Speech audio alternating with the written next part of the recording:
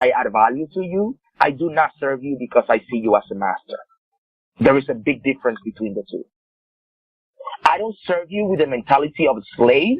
I serve you with the mentality of adding value to you. I serve you with the mentality that I'm making you better, that when I come into your life, I'm increasing your value and not serving you with the mentality of a slave. So when you are surrounded by people, when you are in a group, and when you are connecting with people, serve them because aware of the fact that you make them better, but don't serve them feeling like you are a slave. That's not you. And you were not created to do that. So there's a big difference between the two. Now, trying to connect the dots here, many times we see or we hear from other people, hey, there is a better place out there. You should be doing this. And many times we go to that place. Let me give a biblical example, Steve. Joshua and Caleb, they went to the promised land with 10 other people. 12 spies went to the land. 2 of them came back with the good news. 10 of them came back with bad news, negative news. Yet, all 12 of them spent 40 days in the same place. All 12 of them were in the same place. Here's the thing.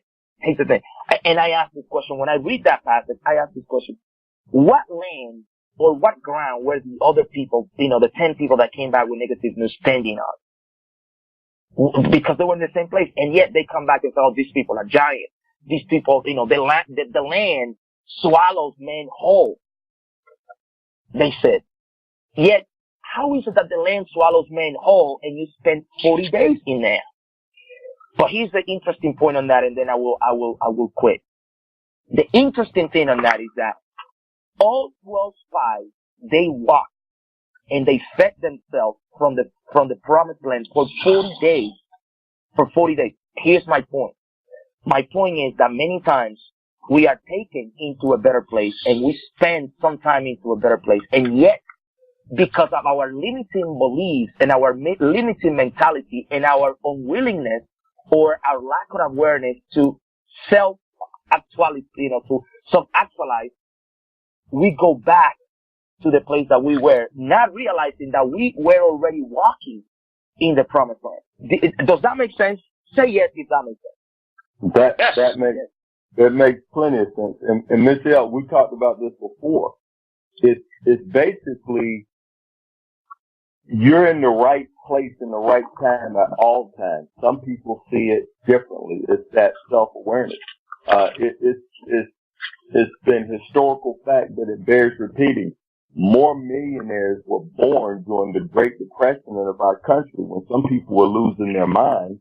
Other people were gaining ground. That's true. It's almost exactly the same thing. I just sent something out that said this old African proverb. When there is no enemy within, the enemy without can do you no harm. Absolutely. If we are not in a place, if we're not in a place where we are aware of the goodness and the greatness that around us, that's what'll kill us. It's the enemy within. I don't remember who said this, but it was basically this, so I'll paraphrase. The devil, Satan, been on vacation for years because we're doing more damage to ourselves than he can do to us. And I know a lot of people don't like that. But he ain't got to be messing around. If we do to ourselves what we do to ourselves, woe is me, I'm stuck in this sinkhole, I can't, I won't, I shouldn't, I look funny, I'm this or that, we'll never grow and go. So one of the things about this particular community is, what can we do with where we are? Fabio talked about our why. Why do we do what we do? And then do that versus excusing or making excuses about why our life's not there. Because again, right now in this present economy, there are people that are growing and there's people that are going. They're growing towards what they want and some people are going away from what they want. And it's because they're not self-determining. So what can we particularly do to be the people that we were born to be. And I think that's going within and trying to just figure out what we want, being grateful.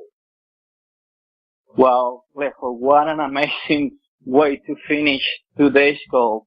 We've been on the line for an hour and 10 minutes, and I know that we have more and more to add to the call and to add value to all the people listening to the call.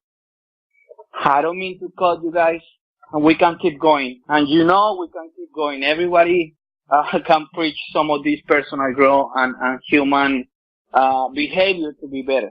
But I want to save some more for the next sharing calls, for your comment on the lessons. Tomorrow we will be posting the third lesson on self-awareness. Fabio is finishing tweaking some of the lesson.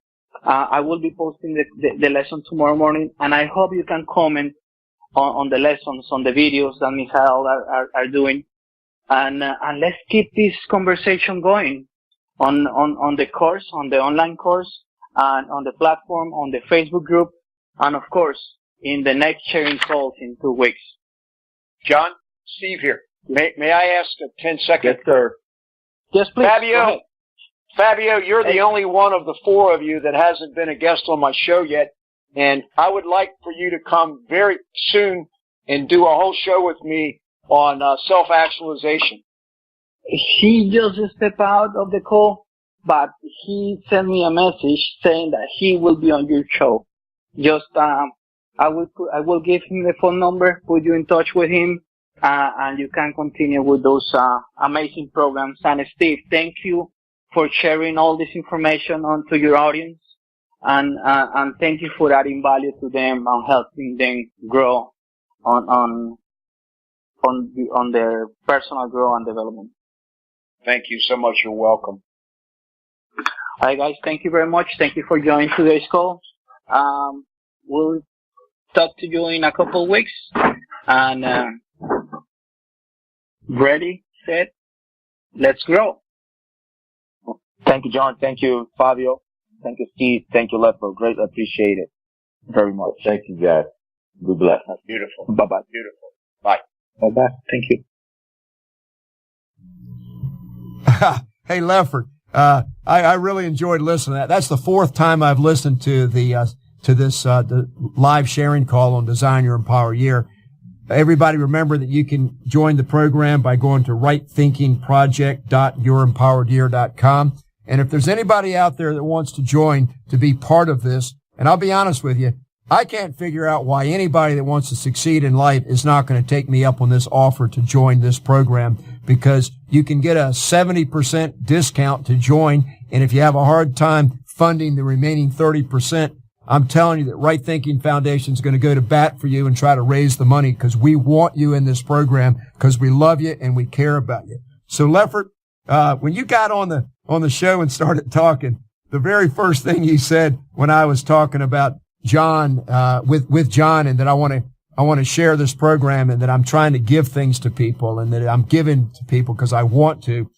You said, that's a pretty serious romance that you and John are having. And it made me chuckle a little. But I said, the only reason I'm having this close relationship with John is because you've been so busy that you put me off on him. I like that. That was a little humor, but let's get a little more serious. Lefford, you quoted Wayne Dyer, and you said, when you change the way you look at things, the things you look at change. I thought that was just an incredibly powerful statement. Would you like to elaborate on that one? Yeah, I will. We were actually talking about this whole thing about darkness. John was talking about he was afraid of the dark. And I remember being there too, but then after a while, some things went on in my life, and it seemed like the darkness is where I can actually hide and I can feel safe. And what that made me understand was, we don't see the world as it is. We see the world as we are. And so when you change the way you look at it, you can grow. I like playing basketball. I like lifting weights. You can look at lifting weights as a chore, or you can look at it as a way that you're working to get yourself stronger. Some people don't like to read. I love reading because now reading increases my mindset and makes me grow. So it's not a chore. If you can if you can look for the silver lining, I think that's what they used to call it back in the day. Or you can say, what am I learning from this process? John Maxwell has this cool saying that says, sometimes you win, sometimes you learn. And many people say sometimes you win, sometimes you lose. But it's not losing, it's you learning. So that's kind of where I was coming from with that saying. So Lefford, I want to say one thing before we go any further. Last week, I brought up a piece of scripture, Deuteronomy 31:6, that I think is kind of, I want to build this around. Be strong and courageous. Do not be afraid or terrified because of them, for the Lord your God goes with you. He will never leave you nor forsake you. The reason that I brought that up again is you asked a question of the show that we just listened to on the second live sharing call on the module 2 on self-awareness, reality, your self-awareness. And Ms. Yale gave it a shot. But the question that you asked was, why do you think people avoid fear and pain and struggle so much and hold on to what they are already doing? And I just wanted to tell you that part of that is that people are afraid to go through things by themselves. And what's your thoughts on that?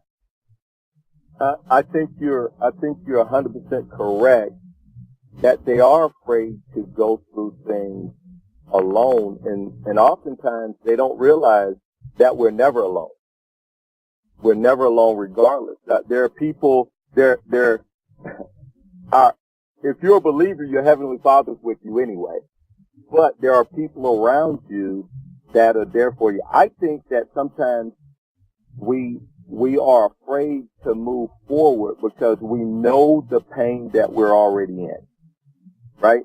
We know that, and the other bit is scary, but we have to lean into the things that scare us.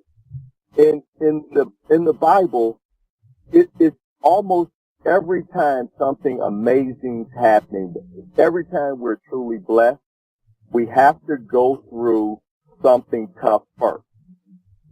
Right? We have to go through it. But like my dad used to say, I've read the end of the book. We've already won. Why do people not step forward when we already know that we've won?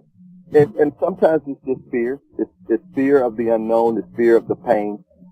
But I promise you, one of the things that I've done to help myself get successful, I actually seek out something that I desire, something I want.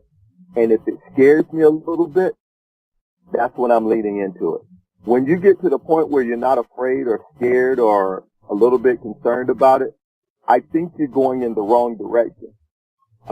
Because the only thing going downhill is bad stuff. Everything worthwhile is worth going uphill for. That you got to put a little bit of struggle and effort into it. I couldn't agree with you more. I counseled someone just today about pushing your limits. If you don't push your limits, you won't grow. And that's kind of what you just said. Hey, Lefford, you had another quote on the show that we just listened to that I thought was just absolutely beautiful. You said that no matter what place you're at the right place all the time. And the point was, how do we get people to understand that? So how about talking to that concept for a second about, you're really there. You already have it. So I love the way you talk about that. Yeah, you know what is funny? It's funny, Steve. Sometimes people say, "Oh, Lefford, you're a smart guy." No, I just went through it. It was not smart. It's just it took me a while to learn it. That I've been in the right place at the right time and did not know it. We are fully equipped with everything we need. We just have to be able to imagine it and to step forth on faith. Step forth on faith. There are many times, as you know, anybody that knows me know I'm a huge fan of Napoleon Hill. And one of the things that Napoleon Hill talked about was one of the worst things imaginable when he was a young boy losing his mother. but he lost